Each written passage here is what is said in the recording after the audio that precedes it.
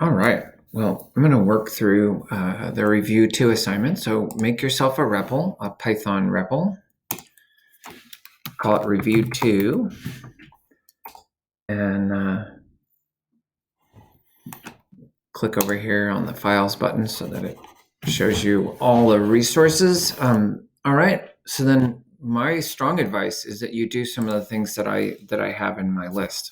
That you walk yourself through the commands. Because I review how you make a list, how you add things to a list, how you print things in a list, how you sort a list. And then I talk about strings. So really you should pause this video and open up the PDF and then try some of the commands that are in the PDF. And then finally, I talk to you about how to do a try and accept structure. Remember, I'm not giving you a video on the final exam to walk you through everything. So it'd be good if you tried some of these things on your own. And then now I'm going to walk through the assignment. So today's assignment, create a REPL called review 2. Just did that. Use a try accept structure to ask the user for a number between 10 and 20. And I want 3 different error messages. One if the user doesn't enter a number, one if it's a number that's too small, and finally a different one if it's a number too big. So here we go. While true, whenever you're going to do a try accept structure, you do a while true, and then you ask for the thing. So n equals int input, please enter a number. Let's say an integer between 10 and 20 inclusive. That means it could be 10 and it could be 20 and anywhere in between. And then right here, you say try first, and then this input has to be indented inside the try. And then over here, not indented, accept value error. This is what comes up. This is what gets called if they don't enter a number. And right here you say,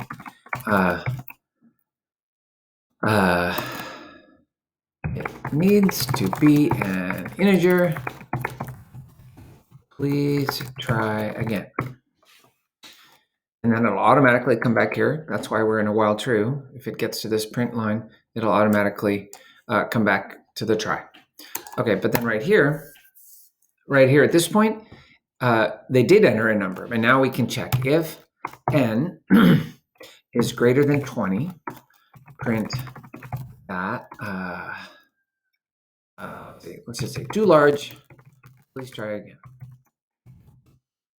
And then we say continue. And the reason we say continue is it means go back to the try. Go back to the start of this loop and try again. And then right here, we're going to say if n less than 10, print too small, please try again. See, that way we have 3 error messages. Now, if it gets past all those if statements, then we say break, and it just hops out of the try except loop. And then right here, I ask you to print the word howdy. I'm going to put a space after it, times n. So let's run this, see what happens. Please enter an integer between 10 and 20 inclusive. I'm going to hit enter. It says it needs to be an integer. Please try again. I'm going to throw a print right here just so that there's a little better spacing and all these things.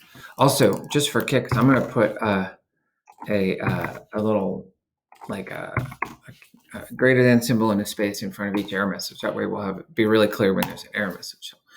So, it needs to be an integer. Please try again. Okay, so now I'm going to enter 77. Too large, please try again. I'm going to enter 1. Too small, please try again. And now I'm going to enter 15.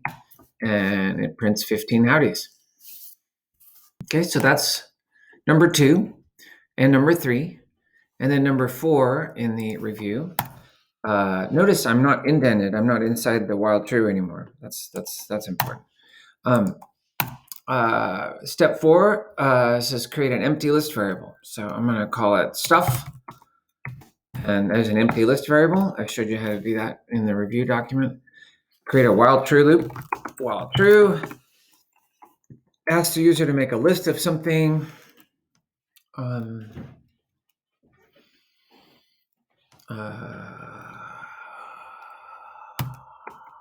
You can't do what I'm doing.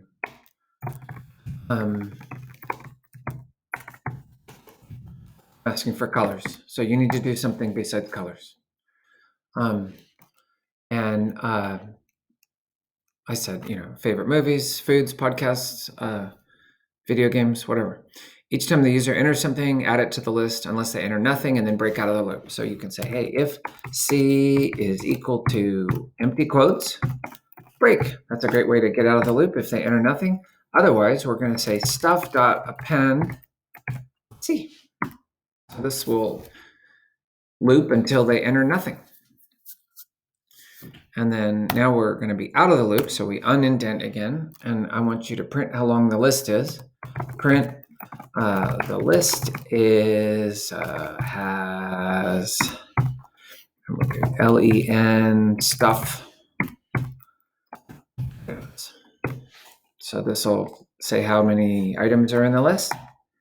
And then print each item from the list on its own line using a string method. So upper, lower, center, using a for loop. So we're going to say for x in stuff, print x dot upper. I'm making everything uppercase. It's going to print everything in uppercase. And then it says report which list item was the longest and how many characters long it was using the length function. So to do that, we have to go before this loop and say longest equals empty quote. And then right here, we're going to say if length of x is greater than length of longest, then we have a new longest. And this will, as it's printing them all in uppercase, it's checking, hey, did I get another one that's longer than the first one? And since we made the first one empty, it's going to find something, in which case, at this point, outside of the loop, the variable longest has the longest thing in it. And now we're going to say, I'm going to just do a print for a blank line, and I'm going to say longest was the longest at length longest letters. Okay, I think this would be the entire program, unless I made a mistake. I'm going to not test all the different iterations of this error message because I already did. Please enter a color: yellow, pink, black, blue, red, orange, periwinkle. All right, I'm going to enter nothing. The list has 7 items. It prints them all uppercase, and it says periwinkle was the longest at 10 letters. I'm going to put in a couple more blank lines in here because just to me it looks better when you have spaces between things. All right, well, that'll do it, folks. That's review 2. I hope this helped.